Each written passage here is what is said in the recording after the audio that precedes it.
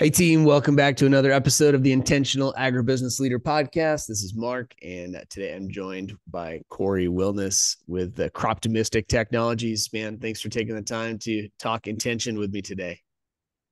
Thanks for having me, Mark. Appreciate it.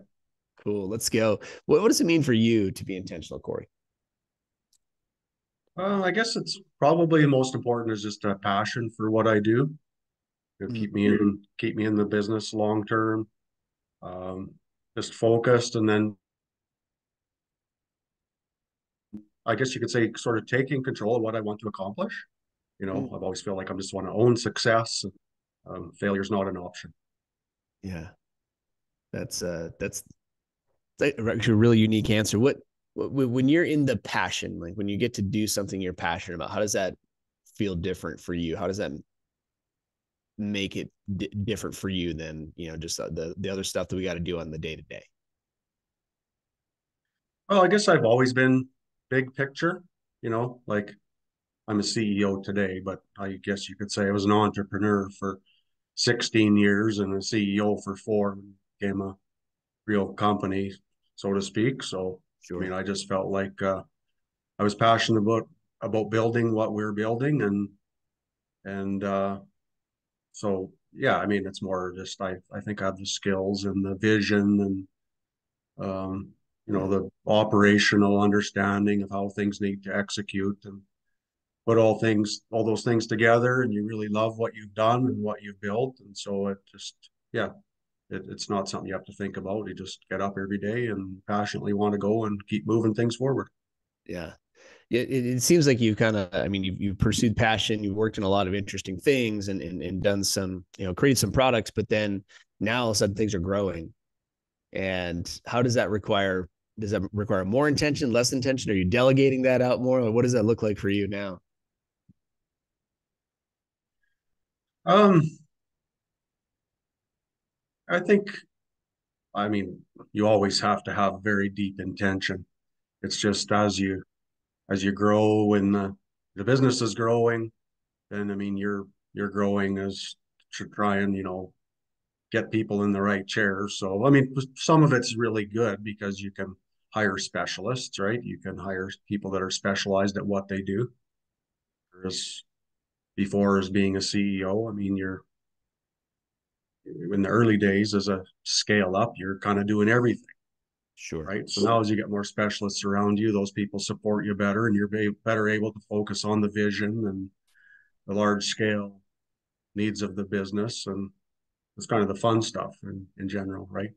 Absolutely. Well, I've had a couple of other founders on the podcast so far, and it's always interesting to hear the backstory of how they went from, maybe whether it was a one man show or just a small team of people to now things are scaling and we've got more people. Uh, what's required for you to make sure that you're staying now strategic since you've got more people that you're responsible for? Well, I guess for me personally, that's not really a problem. That's kind of what I've been good Yeah, at and what I enjoy doing. So sure. probably the bigger challenge for me is to not keep upsetting like operational things and trying to bring structure in and good processes so that the company's operating really well. We Yeah, don't have a COO at this point in time. I mean I kind of carry those duties as well. So yeah, you just have to be careful that you're not trying to get too far out ahead people, and that's when things start breaking, and that's not a good thing for anyone. sure. Absolutely. Cool. Well, let's shift a little bit. Talk about talent. What's your strategy for being intentional about attracting and retaining good people? Well, I kind of think I built our workforce around like what I wanted to do. So when I first started my own company in 2003, I mean, we have a very seasonal business, so there was a time of year when you're working extremely hard, probably like 80 hours a week, and then there was a slow time. And what I didn't like about my previous job is at the slow time, you still go in and put in your 40 hours a week, and there really wasn't much recognition for how hard you worked. And I had a young family and stuff, so I said, I'm not doing that. I'm creating a culture of when it's slow, we're going to take time off. So we've stuck to that as our probably 50, 60% of our staff operate on that premise, maybe even more. where Hmm. we're super busy, we build up flex time, and then when it's not busy, you're free to go, right? We don't hold people back. We don't stop them from taking their vacation time. Everyone knows when they're free to go. So I mean that's the type of culture that people either love or they hate, right? So Yeah. which is kind of good because I would say people looking in say, "Well, this is the kind of place I want to work." Yeah. Basically, almost all remote. We do have offices and stuff, but people don't come into them, generally speaking. Um, so everyone's kind of working independently. We have a lot of professional staff, so these people have already proven themselves that they can be responsible and go get things done, and you don't have to babysit type of thing. So I mean that's kind of our culture, and a certain amount of people will see it's not for them, right? They need Yeah. 8 to 5. They need to go to an office every day, and we have some positions like that as well, like our executive positions and software developers and different things like that. Um, but in general, I think it's kind of a unique culture, and um, Yeah. that's probably the main thing about our culture that's different. And we're still a small company, only 80 staff, so it's still pretty grassroots feeling around. Like you're never. I talk to almost all the staff on a regular basis, and Hmm. yeah, I think that's our culture is what keeps the talent coming in. People recommend it to their friends, and yeah, it's actually getting easier and easier to find staff in a very difficult world to find professional people for us. Yeah, absolutely. I want to go back to the piece that you talked about during the busy times, we're sort of stacking up some of that flex time. So in the non-busy times, we can actually go leverage it. I literally was just in a conversation with one of my coaching groups yesterday, and some of the challenges that these guys have had is they've made moves within the organization to create more capacity for them to be strategic as the leaders. But then what they end up doing is just filling it with more stuff. Right. So it's like we create this capacity during certain times of the year, but instead of actually maybe either taking it off or being strategic with it or whatever, we just fill it with more things to do. Right. And I think that's super common across the industry for sure. Yeah, and I guess I mean we're all prone to that. Hardworking people are prone to that, I feel. Yeah. So I Yeah. mean, I guess we kind of force our staff to take time off. Mm-hmm. Yeah. But otherwise they won't because we're not wired that way. You Well, I mean have to be the intentional laws. about it. Yeah, well, the laws. I mean, if people are building up overtime, basically, call it flex time or vacation time, well, then you have to pay them out too, right? Yeah. So from a CEO standpoint, it's like, well, no, we don't not pay you out. Like, go see some family, take some time off, refresh your brain, and Mm-hmm. I think we've all realized it takes a good week, maybe even longer sometimes, right, to get disengaged from your job and allow yourself to be free again. And yeah, people when they're have a little refreshing time, I find that they're more productive after. I think that's a well proven fact. I think we can all agree that we do that. Just most of us don't. So so you talked about that part of your culture. Is there anything else that's been really important to you about being able to build an intentional culture? And one of the things you mentioned, I just want to tap back on this, is you had some experiences that you maybe didn't enjoy as much. So when you said, okay, this is what I don't want, when I build my own thing, it's going to have this, right? It's going to have more. So what's really important for you about building that intentional culture there? Well, one thing I felt like we did wrong was when we first started hiring professional people, we probably went more from the resume and their experience, and just didn't always work out from a culture perspective. Mm. So my co-founder and I, Derek Massey, they're the only two C-level people at the company. We decided we're going to start just hiring for people that are a fit. Like when we interview people, if we really like them, feel that they'll be a fit for our culture, even if they're not maybe the best candidate from a skills and experience standpoint. We would rather hire for culture and then watch them grow in the company. And that's been probably more successful. So I feel like that's really important. And we've spread that throughout the company too. Like make sure that you get that feeling that everyone's going to enjoy working because we're an agriculture company. It's different, right? It is a little bit different. So You um, bet. And the other part to the answer is that is like, I feel like I have high expectations. We're very productive. We expect a lot of efficiency. It's time to go. We get things done. And so over the years, rather than like bringing in the high level people, we've just promoted our best people from within, and they've brought that culture with them. Like they were expected to go out, work hard, and get stuff done. And so they did it. So that's sort of the culture that's been continued on. And now that we've just sort of more or less promoted from within rather than hiring externally. And so like low performance people, if they can't keep up, they they tend to just either go away because they can't deal with it, Mm-hmm. or we have to let them go in the odd case. But so that's probably the two of the things that are culture that our staff like, and they all enjoy it, right? They love when we hit our goals and we Yeah. get things done on time. So yeah, that's been really important. Yeah. No, that's awesome. Fascinating stuff. Well, let's talk a little bit more about you. What's been a big hurdle that you've had to overcome, Cory, over the course of your career?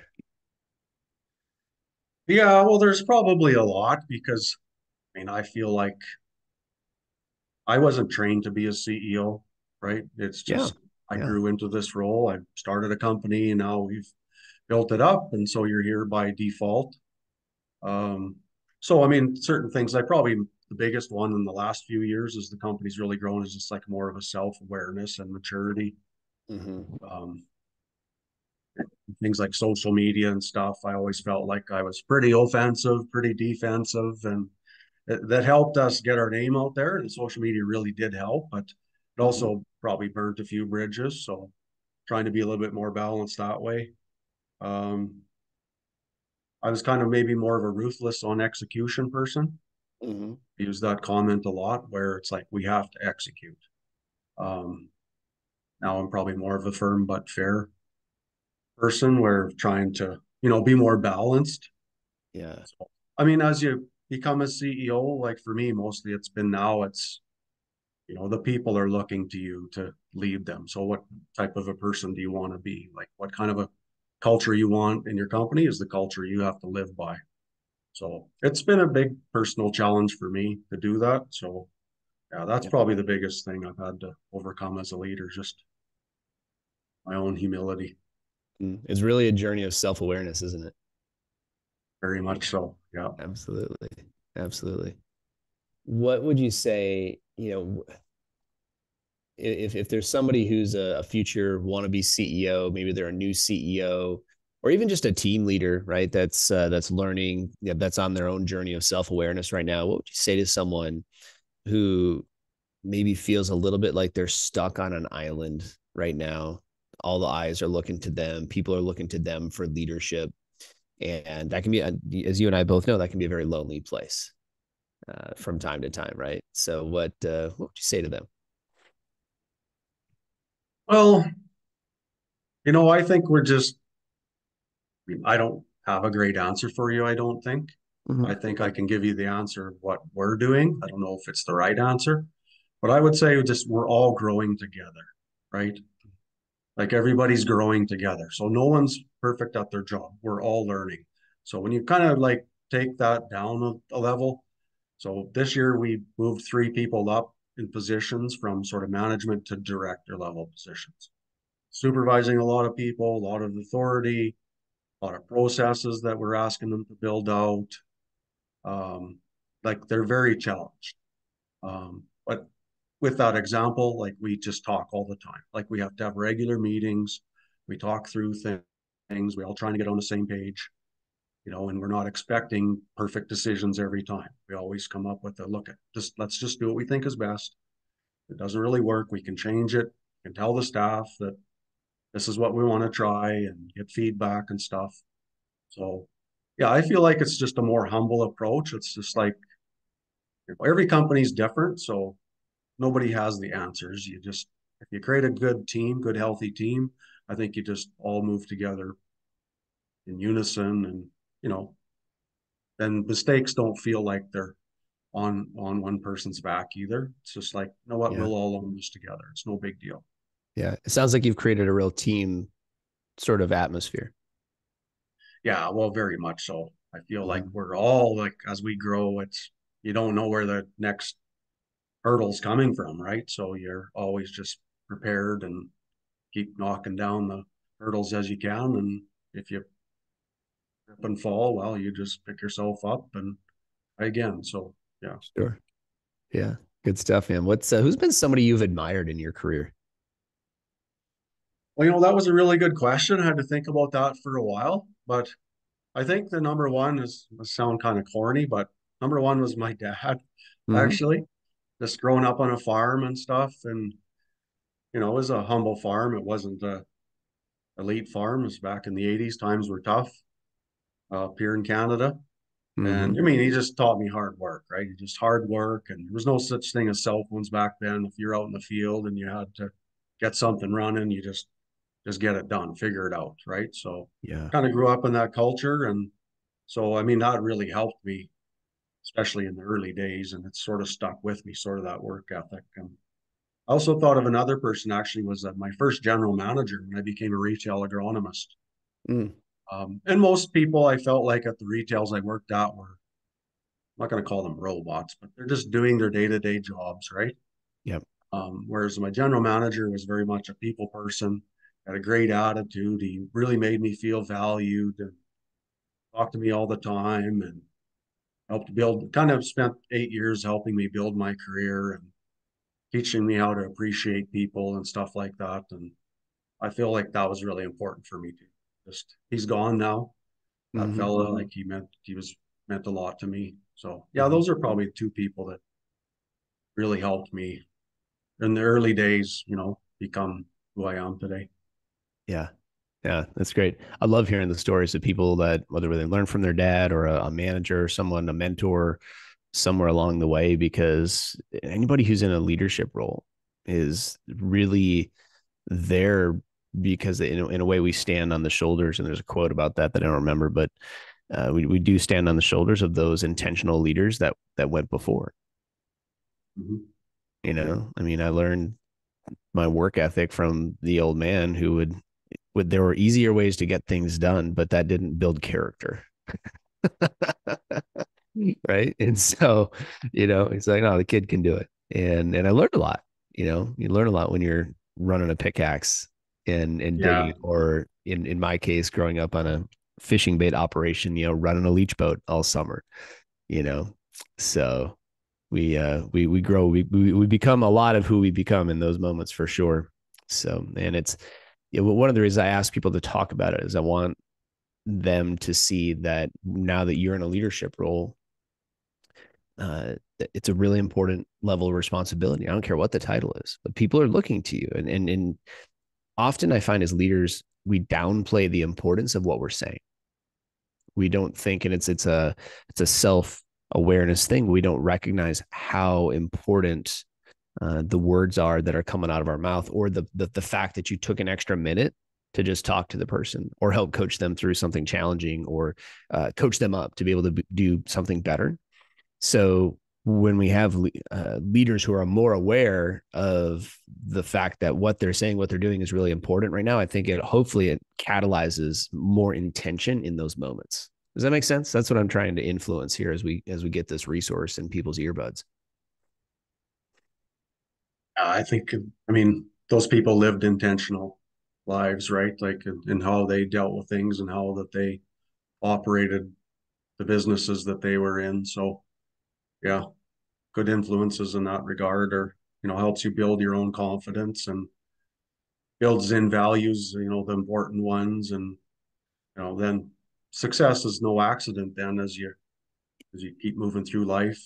Those kind of people that built with intention like that are really helpful. Sure thing, man.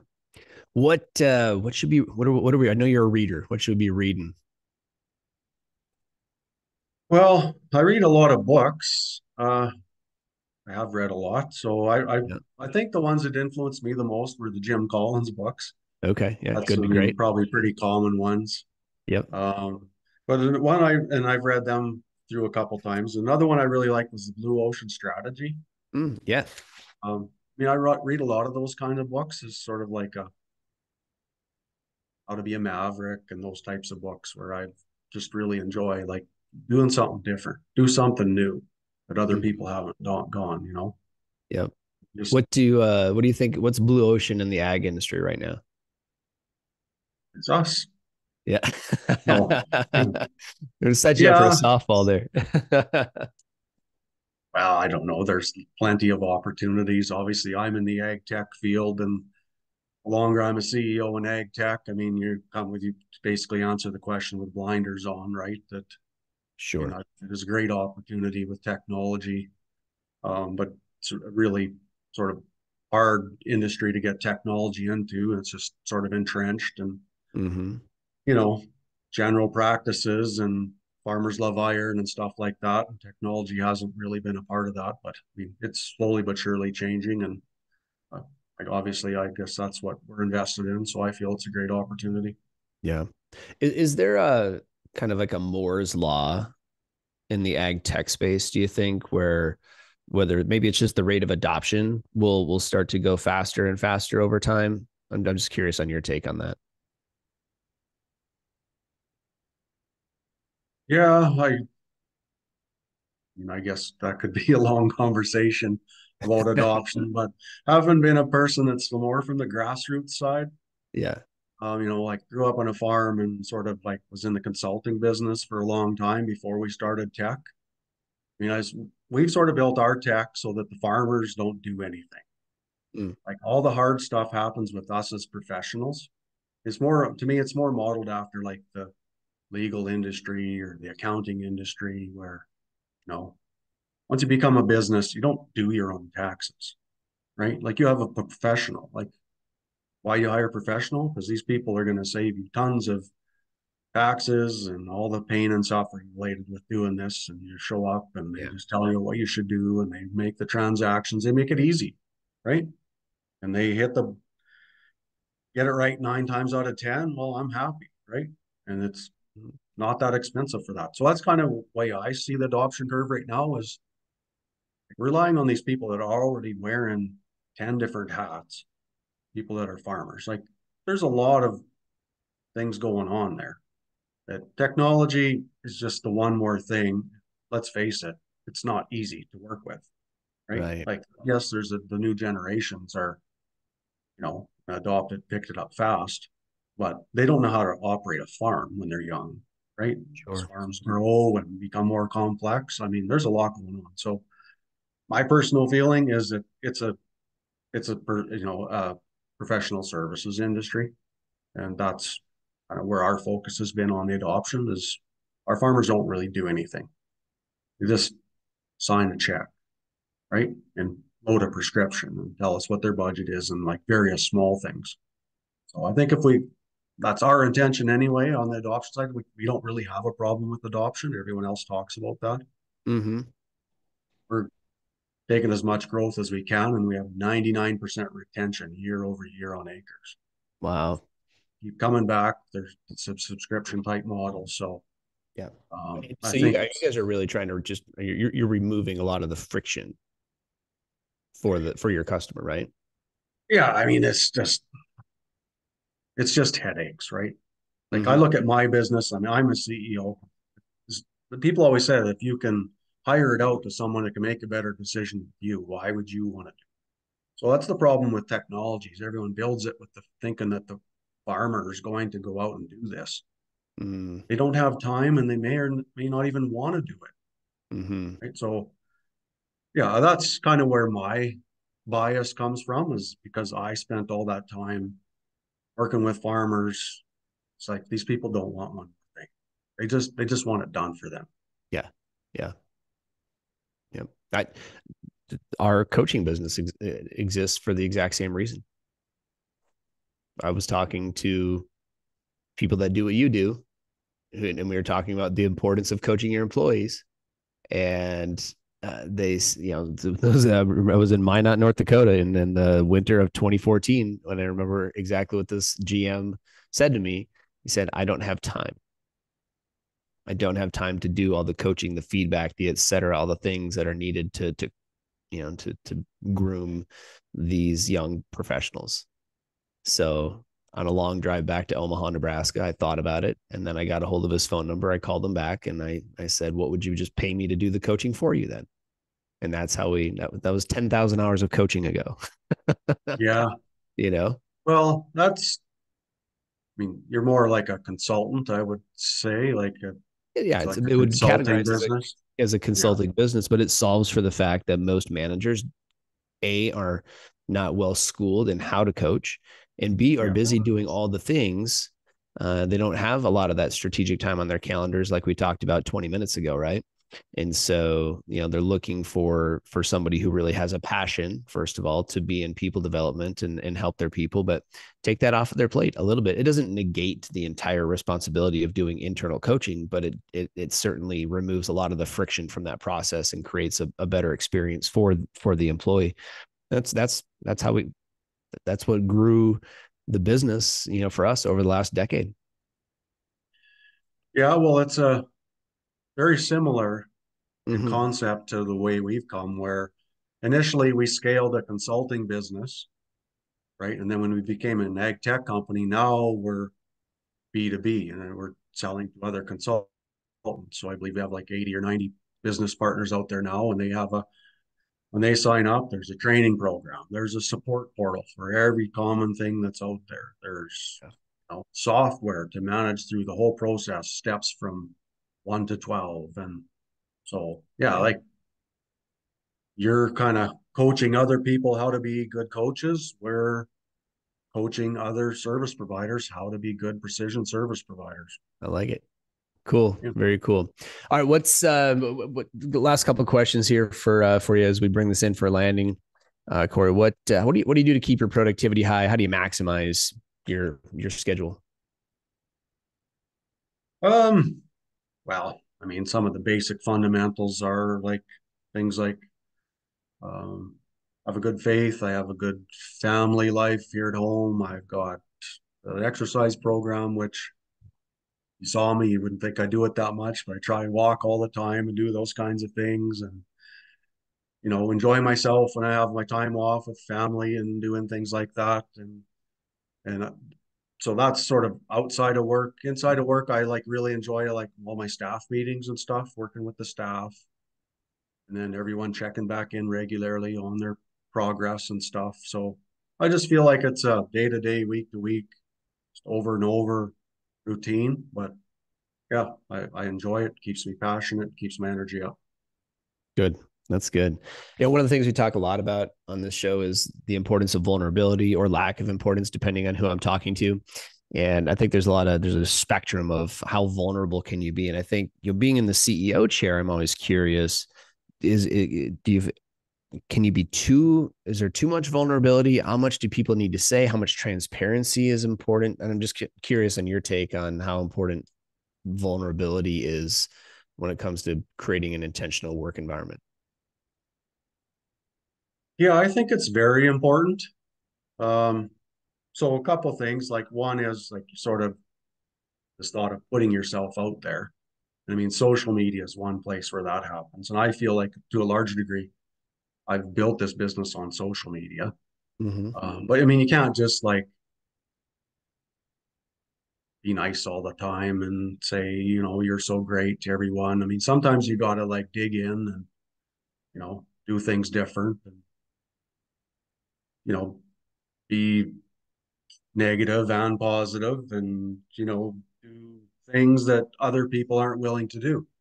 Challenge the norms, right? You challenge the norms, that's usually getting lots of people upset with you. And so I feel like vulnerability is part of our DNA, where it's like, well, we're probably going to get a lot of pushback from people on this, but we're going to do it anyway. Why? Because it's the right thing to do. Mm-hmm. But I think that's generally low risk if you're always honest and as respectful as you can be. Like honesty, I think. I mean, if you believe that, you believe it. It doesn't Mm-hmm. mean you have to be like highly opinionated. You can be passionate about what you believe in, and I think everyone will respect those people and enjoys following them. And like in general, we don't have any gag order on our employees on social media. Go be as vulnerable as you want. That doesn't mean once in a while I don't say, okay, I'm watching, this is going to be interesting type of thing. you might not want to do this again, but I mean, Yeah. uh, yeah. And I mean, in general, in our business, I feel like we're quite vulnerable. Like we don't have long-term contracts with our service providers or our farmers. It's a Mm. 30-day cancelable contracts. Well, Wow. not a lot of investors want to see that. And we're like, well, we have 99% retention. Like we say, we provide you value or you're free to go. And so that Mhm. takes down that vulnerability that we take on.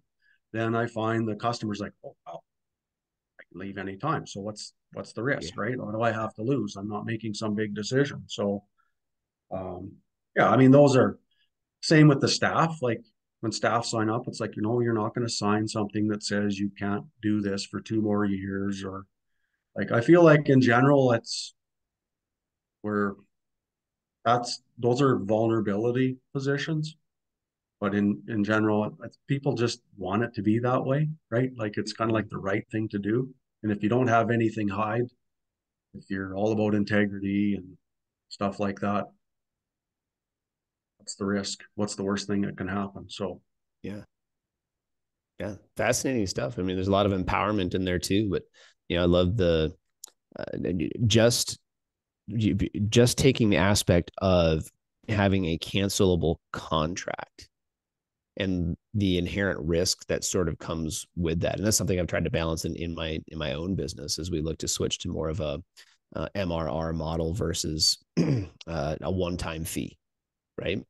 So I think it makes our business more scalable. Our product becomes more affordable to companies, but boy, it's tough to look at that because I got to keep them for at least a few months before that account turns profitable. yeah, Right. And so you have yeah, to think about what's the, but you do have to be in integrity. You have to be good. It has yeah. to be worth it. So yeah, that was fantastic.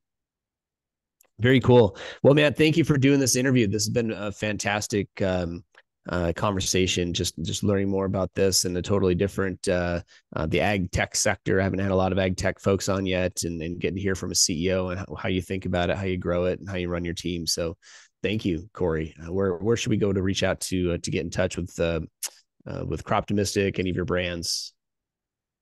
Probably the best place is our website, swapmaps.com. Okay, Yeah. Thanks for having me, Mark. Appreciate it. This was fun. you got it. Thank you, sir. Thank you.